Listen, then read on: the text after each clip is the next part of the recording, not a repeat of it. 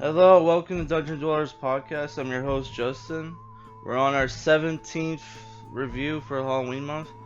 I was gonna review Batman Death in the Family for today. I still will, but I figured it's not really Halloween themed as far as I know.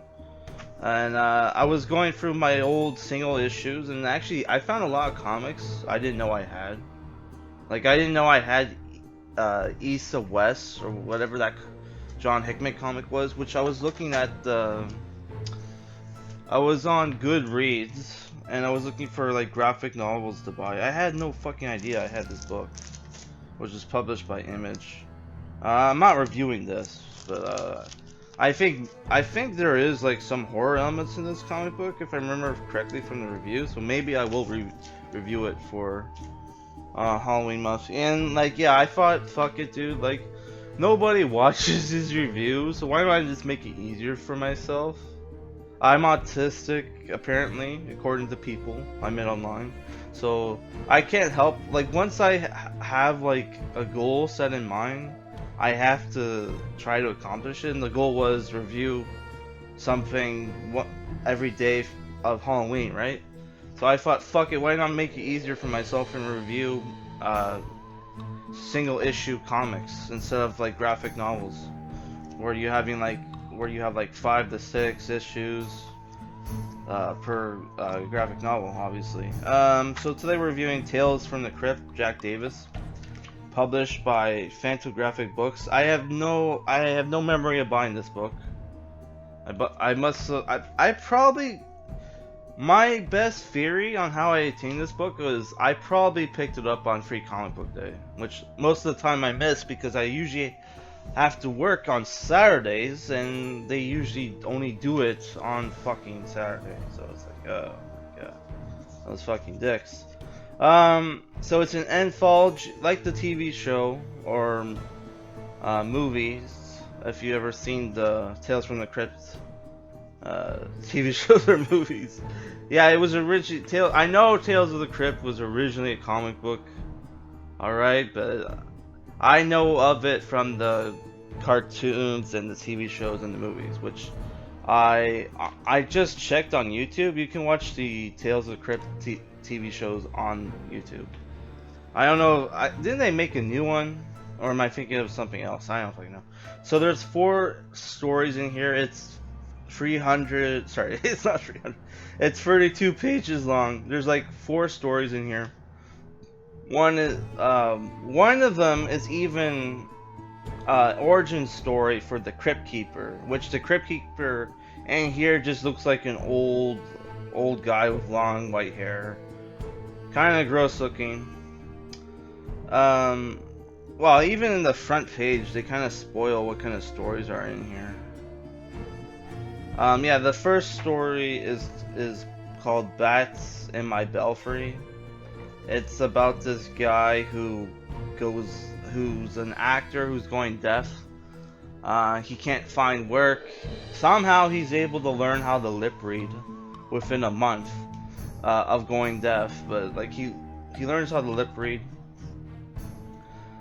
His hot wife, and then this first story kind of reminded me. It all, by the way, this is all black and white. The first story kind of reminded me of Jack Kirby's art style, but after this first issue, that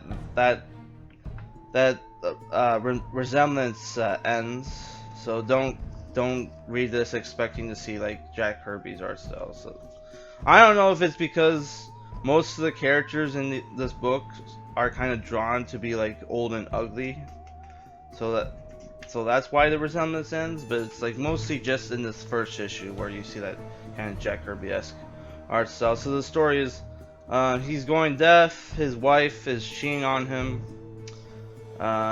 He has this friend who went blind, and so he goes to see him because he hears that he found a cureness for his blindness. So he's hoping maybe there's a doctor, maybe the same doctor could cure his deafness, right? He goes to see him, and like, yeah, the guy can see again. It's because he had cat uh, eyes like grafted to his pupils or whatever. So he goes to see the doctor, and this story is basically like a monkey's paw kind of thing, where like you get what you ask for, but then like there's consequences. He gets new eardrums, and he starts slowly realizing he starts slowly turning into a bat. He goes to see his friend, and uh, his friend has fully turned into like a panther. It turns out he didn't have cat cat eyes grafted to his eyelids. They were not eyelids, pupils. They were from a panther, and so like for some reason, though it takes the other guy like a few days to turn into a vampire bat. That's the twist. He like the other dude like turns into a panther right after talking with his old friend. So that's kind of like like a plot hole to me, because I would have like were to assume that this guy has been blind for a while, and it's been like some time since he had the new eyes, but who knows. But that's the thing with these old comic books, they kind of like certain plot details they kind of just say fuck it. The second story is called, what was it called again? It basic lower birth. Lower birth as in like lower level, not like birth as in giving birth to a baby. It's spelled BERTH. So I'm not gonna spoil this one too much because there's a twist ending. It's basically there's like a carnival show where they're showing off. They have freaks, you know how it is, and they have like this. Their star attraction is a mummy, a female mummy, and a two-headed corpse, and it becomes a love story. And that's about it. I thought it had an interesting twist. This one was a bit clever for me. I thought there was there a plot hole in this one that I noticed? I can't remember. Alright, so the next one, the one after that is Mirror Mirror on the Wall, and this one was a very cool story. Though it kind of betrays its premise. The premise is you're the main character, and the comic book has this first person perspective. You're basically a reanimated corpse, and I don't want to spoil too much. But then but yeah, I thought up until like they gave the character that's supposed to be you a name, I thought this was a very clever comic book. Because it reminds me of those like 90s RPGs. I don't know. I really liked it. There should be more Homer comics with a first-person perspective. This was a really cool story. And the last story is By the Fright of the Silvery Moon. You can tell by the title that it's a it's a werewolf story. Kind of like wolves. Well, this is your typical werewolf story where there's a werewolf going around killing people. The main characters are these two teenage sons of this farmer. They're this family from Hungary. They know all about werewolves from Hungary. They get their father kind of gets falsely accused of being a werewolf and gets shot by the police, and then they have to go on this they go and take revenge on the werewolf who's like got their parents killed. And I thought this was a pretty cool story. Yeah, I would say I really like this. I usually hate horror anthology books, like honestly. Like that Dark Souls horror and fantasy book, which like who plays Dark Souls and wants to read like a Dark Souls comic book where it's like a horror anthology? Retard.